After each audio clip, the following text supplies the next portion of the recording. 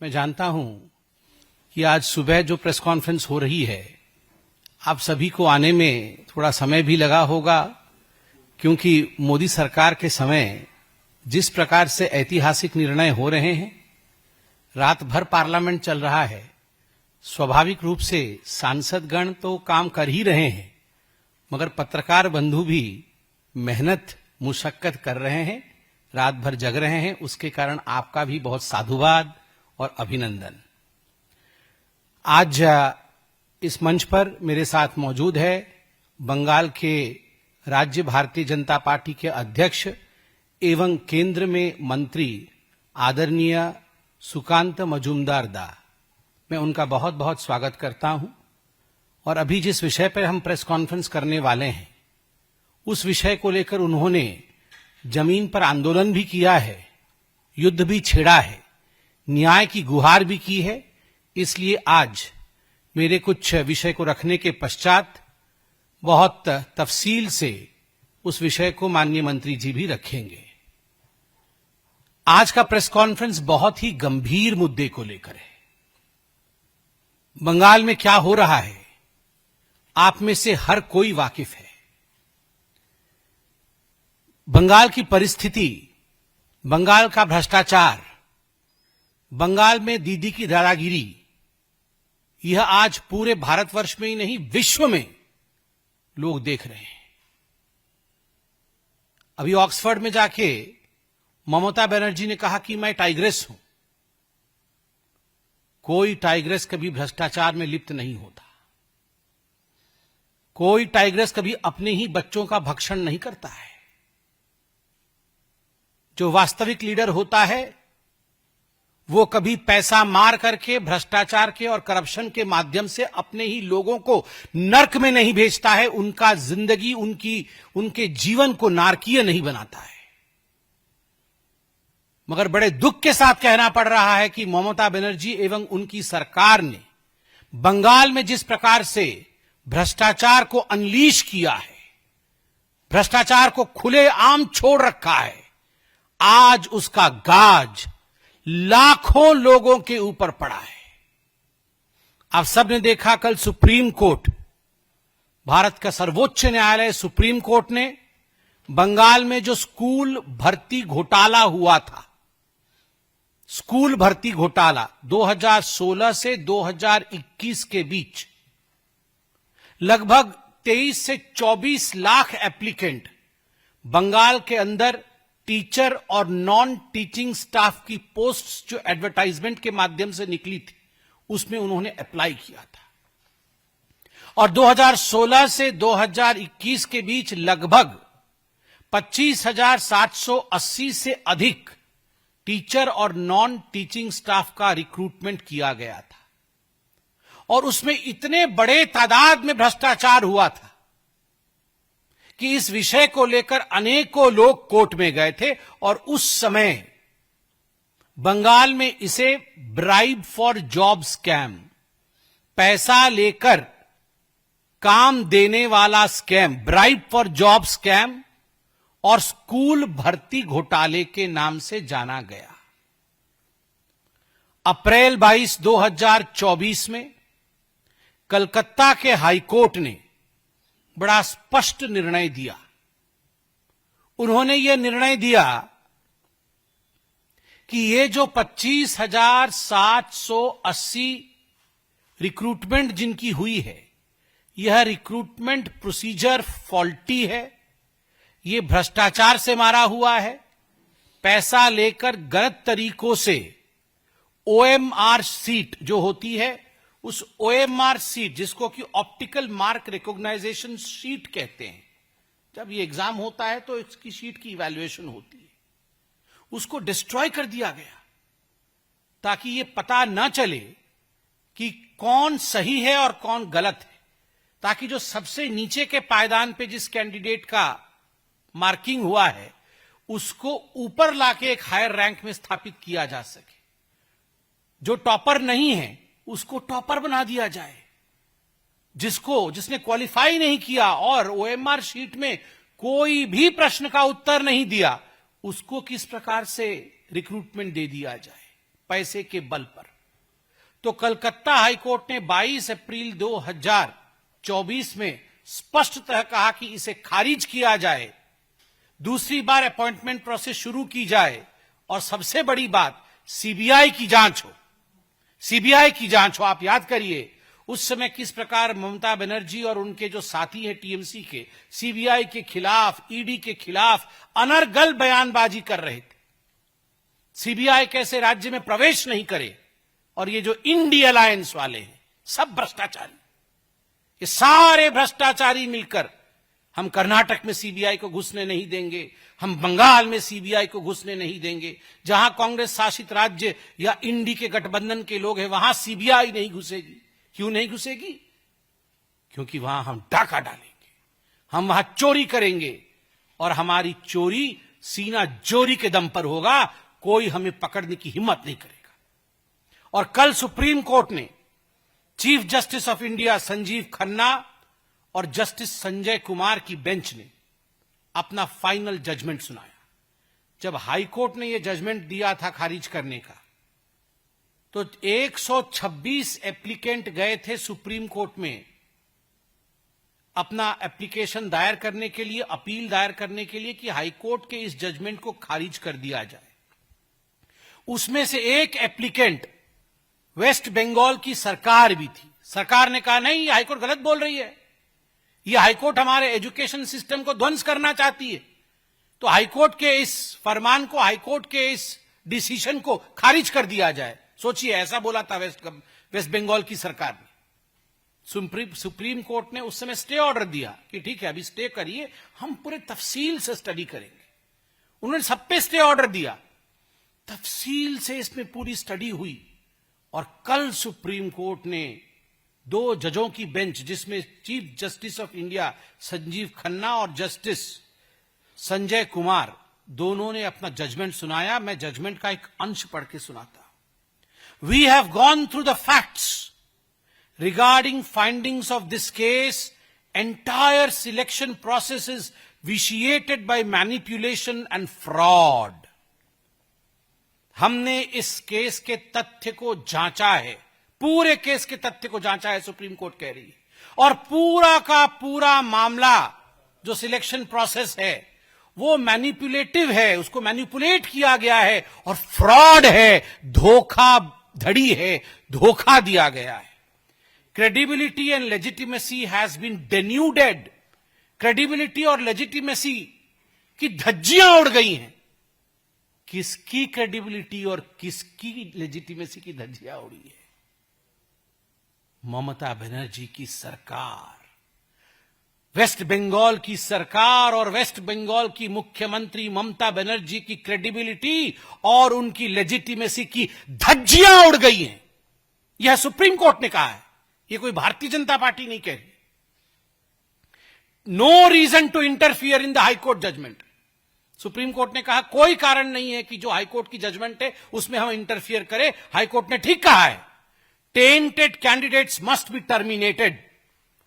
23 लाख से 24 लाख युवकों ने, युवतियों ने दिन रात पढ़ाई करके एप्लीकेशन भरा कि हम टीचर बनेंगे, नॉन टीचिंग स्टाफ में जाएंगे, हमारा जीवन आगे बढ़ेगा, बूढ़ी मां बाप को हम पालेंगे। और अंततः आपने पैसे लेकर 5 से 15 लाख रुपए तक या उससे ज्यादा पैसे लिए गए, मैं उस पर भी आऊंगा, एक एक कैंडिडेट से, और पैसे के दम पर आपने ये जो भर्ती किया है, ये टेंटेड कैंडिडेट्स को टर्मिनेट करना होगा, ये सुप्रीम कोर्ट ने कहा। Appointments were result of cheating and fraud. ये जो अपॉइंटमेंट हुआ है ये चीटिंग और फ्रॉड के नतीजे से हुआ है, धोखेबाजी से की गई है। ये सुप्रीम कोर्ट ने कहा है, ये कोई भारतीय जनता पार्टी नहीं कह रही है। आप सोचिए, अगर किसी और मुख्यमंत्री के लिए ऐसे शब्दों का उच्चारण डिस्ट्रिक्ट कोर्ट भी कर दी होती तो हाय हंगामा मच जाता। राहुल गांधी पजामा और टी शर्ट में ही आ जाते पार्लियामेंट। वो आए भी थे शायद कल परसों। वो पजामा टी शर्ट में आके बोलते डेमोक्रेसी खत्म हो गई, हत्या हो गई डेमोक्रेसी की, मुख्यमंत्री को गिरफ्तार करो, अरेस्ट करो, हिटलर है। कहां है भैया राहुल गांधी?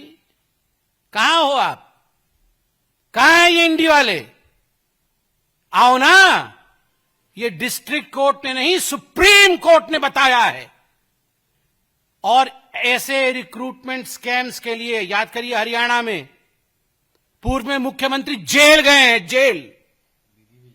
दीदी जेल जाएंगी, अलबत्त जाएंगी। हिंदुस्तान में कानून का शासन है, और एक बार हमारी सरकार बनेगी बंगाल में, the full force of law will come upon Mamata Banerjee.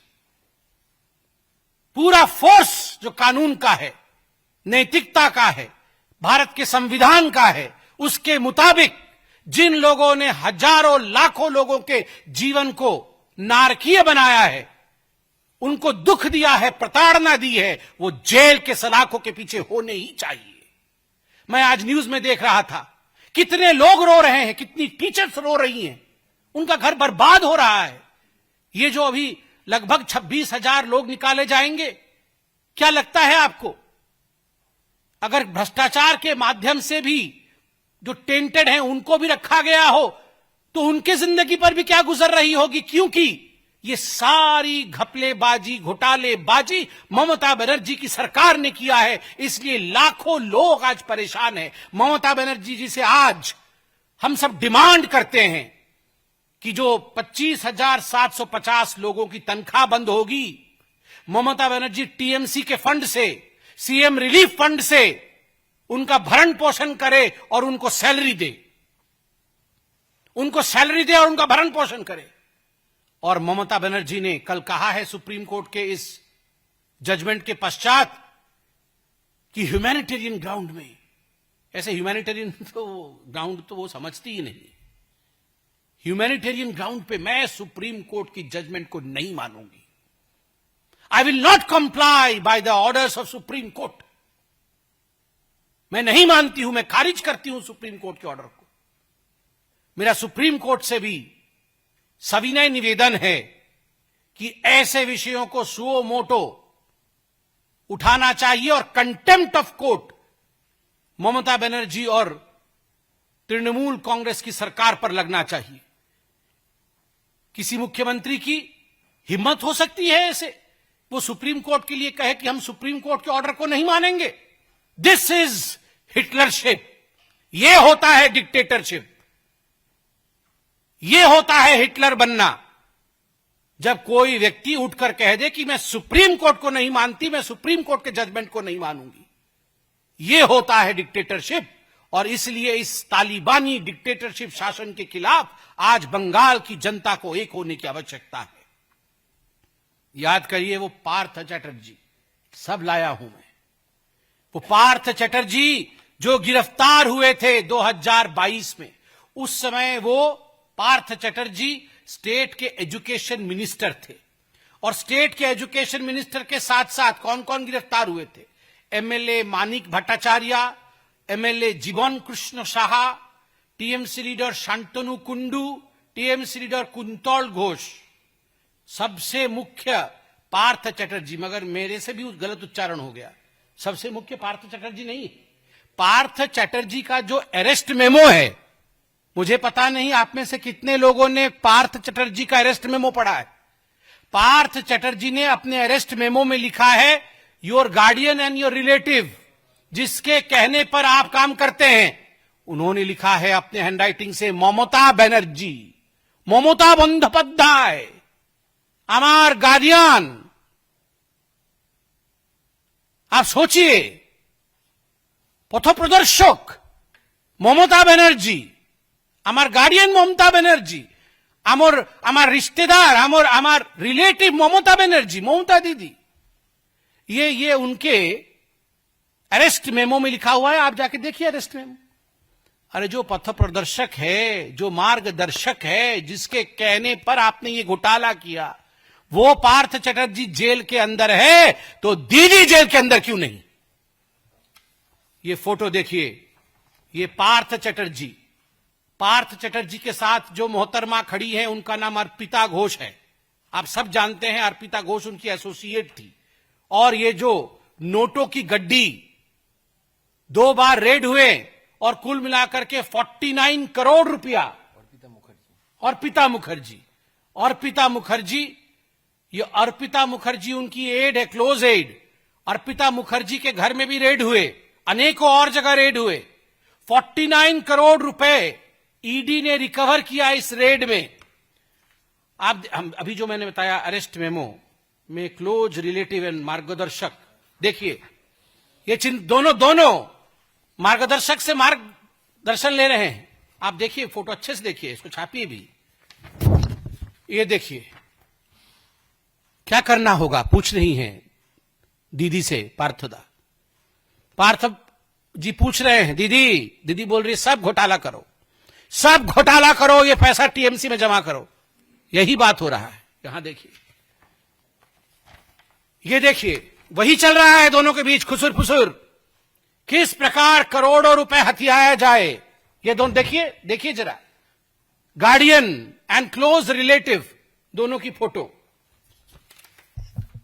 और ये देखिए जनता की गाढ़ी कमाई और जनता की गाढ़ी कमाई के क्या यहां हश्र किया गया है। अरे ऐसे तो हमारे घर में झाड़ू मारेंगे तो गंदा कागज भी इतना नहीं निकलेगा। मतलब अभी गंदा कागज भी इतना नहीं निकलने वाला है। और हम लोग सब पॉलिटिकल लोग हैं, हमारे घर कई अखबार आते हैं, हम अखबार का ढेर भी लगा देना 1 महीना का तो भी इतना नहीं लगेगा। और ये सब 2-2 हजार रुपए के नोट है। आप देखिए जरा, 49 करोड़ और न जाने कितने कितने कहां छुपा रखे होंगे, इलेक्शन में बांट दिए होंगे। और ये किसकी खून पसीने की कमाई है? ये वो जो 24 लाख एप्लीकेंट आए थे, उन 24 लाख एप्लीकेंट की खून पसीने की कमाई है, खून पसीने की कमाई। मुझे अब सिर्फ इतना कहना है कि Mamata Banerjee has no right to stay in power now. Mamata Banerjee को कुर्सी छोड़ना होगा, ममता बनर्जी को रेजिग्नेशन देना ही होगा। वो ह्यूमैनिटेरियज्म की बात करती है, मानविकता की बात करती है, मां माटी मानुष की बात करती है। अगर उनमें इतना भी तनिक भर भी कहीं सेंस ऑफ रेस्पॉन्सिबिलिटी बाकी है तो तुरंत आज के आज ममता बनर्जी को रेजिग्नेशन दे देना चाहिए, नंबर 1। नंबर 2, स्पष्ट रूप से हम कहना चाहते हैं जिन लोगों को निकाला जाएगा उन लोगों को तनख्वाह देने का काम ममता बनर्जी की सरकार करे। नंबर 3, हम जानते हैं ये जो मुद्दा है ये आज बंगाल का ही नहीं पूरे भारतवर्ष का एक बड़ा मुद्दा है। और आज ही आप देखिएगा ममता बनर्जी कुछ ना कुछ ऐसे दंगे इत्यादि भड़काना शुरू कर देगी बंगाल के अंदर, ताकि किसी भी कीमत पर लोगों का नजर इस घपले से हट करके लोग अपने आप को बचाने में, लोग अपने आप को किस प्रकार से सुरक्षित रखे उस पर लगेंगे। Civil instigate fierce among people. आप देखिएगा आज भय का वातावरण बंगाल में बना देगी। वो कुछ ना कुछ करेगी ऐसा जिससे वहां भय का वातावरण हो जाए। और मैं कहना चाहता हूं ममता जी से और टीएमसी से, कुर्सी खाली करो, कुर्सी खाली करो कि जनता आती है। चेयर खाली करो, जनगण आसछे, जनगण आसछे। ममता दी चेयर खाली करो, करते होबे, अन्य उपाय ना, करते होबे, चेयर खाली करते होबे। को नमस्कार। माननीय संबित पात्रा जी ने पूरे विषय को विस्तृत रूप से आपके सामने रखा। कल इस घटना घटने के बाद, यानी सुप्रीम कोर्ट के आदेश आने के बाद, ममता बनर्जी मीडिया के सामने आई और सबको दोषारोपण किया, सबको दोष दिया। सुकांत मजूमदार से लेकर सीपीएम के नेताओं से लेकर जज को लेकर जुडिशियरी को लेकर, जैसे संबित पात्रा जी ने बताया कि क्वांटम ऑफ कोर्ट की हद तक, और वो भी एपेक्स कोर्ट ऑफ इंडिया, उसकी क्वांटम तक वो चले गई। लेकिन जिन्होंने पैसा लिया, जिन तृणमूल कांग्रेस के नेताओं ने पैसा लिया, ममता बनर्जी के लोगों ने पैसा लिया और ममता बनर्जी ने उनको बचाया सुपर न्यूमररी पोस्ट बनाकर। कैबिनेट बैठी अलग से, यानी अगर स्कूलों में 1000 टीचर चाहिए तो जो लोगों को, टेंटेड लोगों को लिया गया, उनको बचाने के लिए 1000 से ऊपर 1500 पोस्ट क्रिएट किए गए। कैबिनेट बैठी थी, तो हमारी मांग ये है कि अगर कैबिनेट बैठ के अगर ये डिसीजन लेता है कि चोरों को बचाना है, जिन्होंने पैसा लेकर नौकरी खरीदा उनको बचाना है, तो उस कैबिनेट की जो हेड है, जिसके अनुप्रेरणा से बंगाल में सब कुछ होता है, और वो पूरी कैबिनेट जेल के अंदर होनी चाहिए, जेल के बाहर नहीं रहनी चाहिए, क्योंकि पूरी तरीके से दर्शाता है कि इस कैबिनेट ने चोरों को बचाने के लिए काम किया। और ममता बनर्जी बचा सकती थी। देखिए, ये जो 26,000 लोग, लगभग 25,752 एकदम अगर सही बोले तो 3753, तो इन सब लोगों में सब टेम्पटेड नहीं है, सबने पैसा देके नौकरी खरीदा नहीं था। कल रो रहे थे टीचर, और ये इशू मेरे हार्ट के बहुत करीब है, क्योंकि मैंने अपनी जिंदगी का पहला नौकरी इसी एग्जाम देके मुझे मिला था, स्कूल सर्विस कमीशन। मेरे धर्मपत्नी जी अभी भी इसी एग्जाम देकर स्कूल में नौकरी करती है, पढ़ाती है। बंगाल में हमेशा शिक्षकों की एक मर्यादा थी, टीचर को एक सम्मान से देखा जाता था बंगाल में।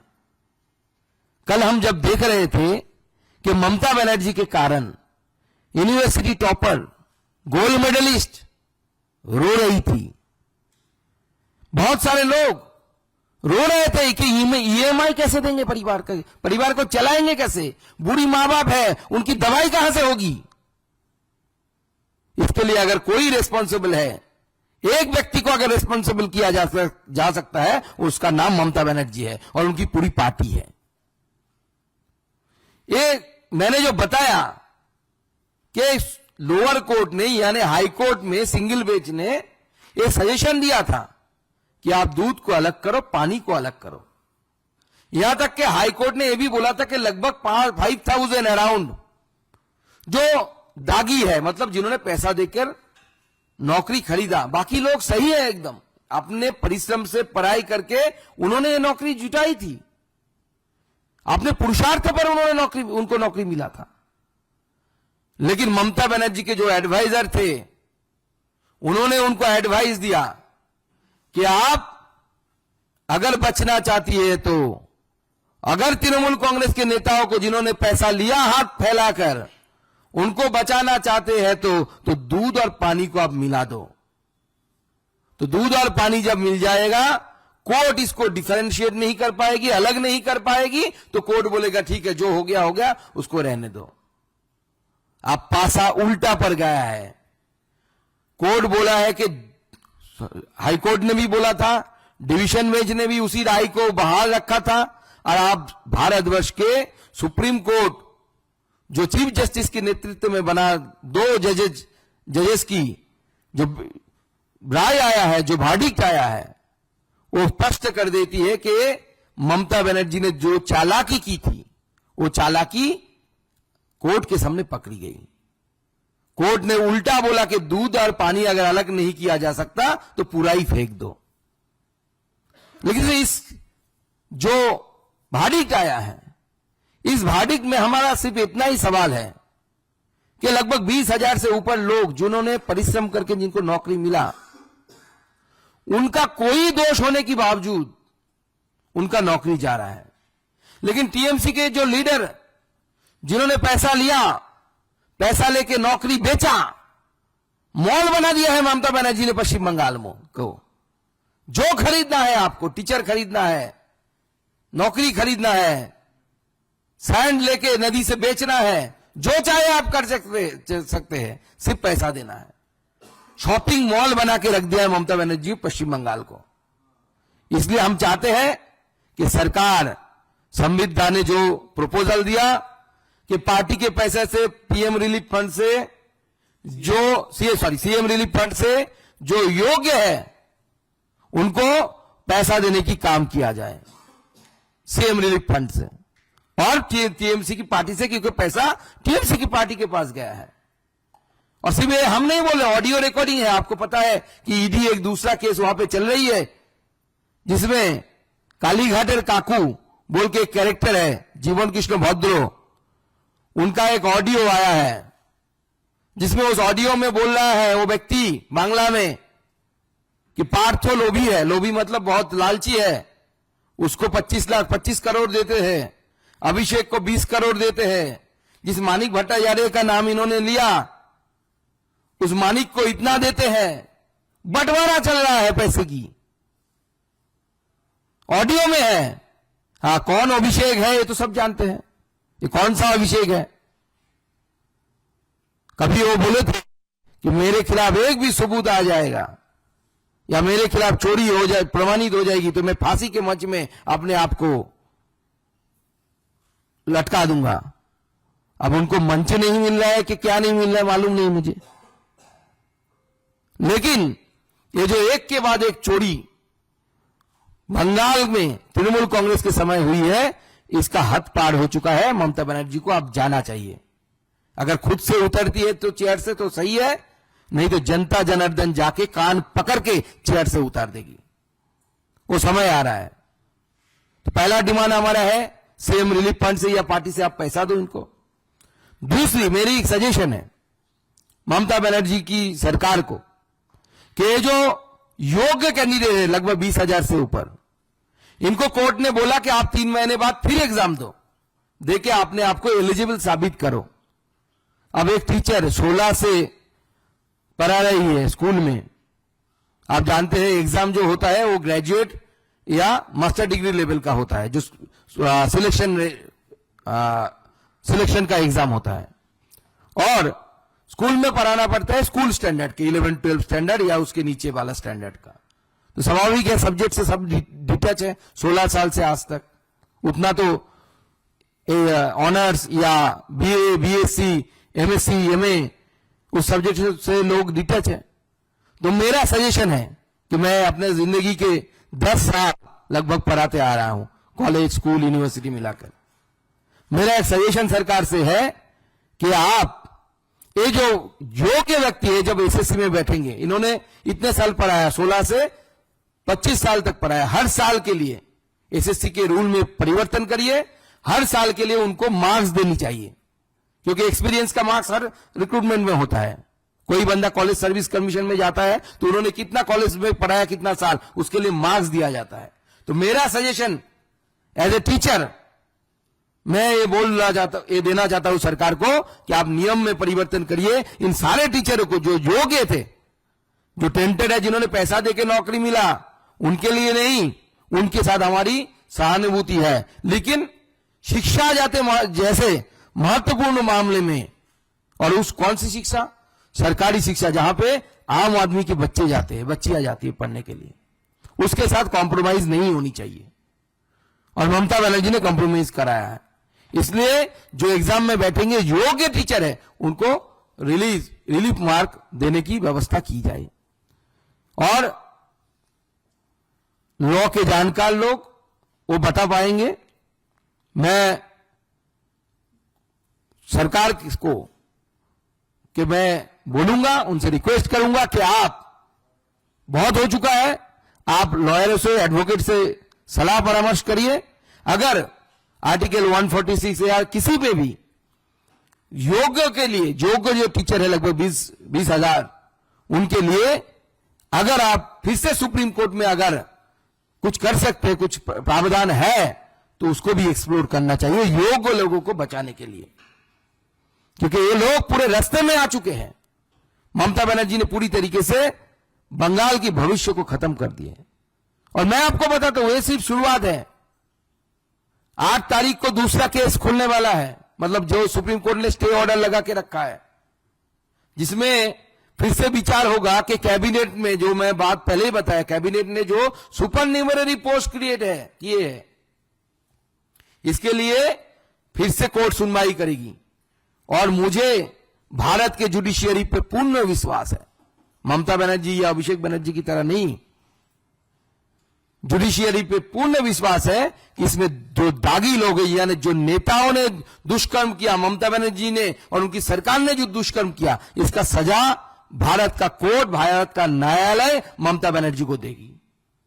और जैसे संबित पात्रा जी ने बताया कि ओम प्रकाश चौटाला जी जो पूर्व सीएम रहे हरियाणा के, वो इसी शिक्षक घोटाले में जेल गए थे। भारत के इतिहास में ममता बनर्जी दूसरा सीएम होने जा रही है जो जेल में जाएगी शिक्षक घोटाले में। कल ममता बनर्जी ने बोला कि मुझे जेल भेजना चाहते हो आप लोग। दीदी जान चुकी है, वॉल राइटिंग पढ़ ली है दीदी क्या होने वाला है। हम नहीं भेजेंगे दीदी। जो भारत की न्यायालय, भारत की जुडिशियरी आपको जेल भेजेगी क्योंकि आपने पाप किया है, पाप। आप अगर किसी के घर में चोरी करते तो एक आदमी का नुकसान होता। आप अगर नदी से सैंड उठा के बेच देते हजारों लोगों का नुकसान होता, उस इलाके में रहने वाले रेवेन्यू का नुकसान होता। आपने शिक्षा के साथ खिलवाड़ की है। जनरेशन आफ्टर जनरेशन पश्चिम बंगाल की इसके लिए भुगतेगी और इसके लिए कोई अगर जिम्मेदार है तो ममता बनर्जी जिम्मेदार है और ममता बनर्जी की इसकी सजा मिलनी चाहिए।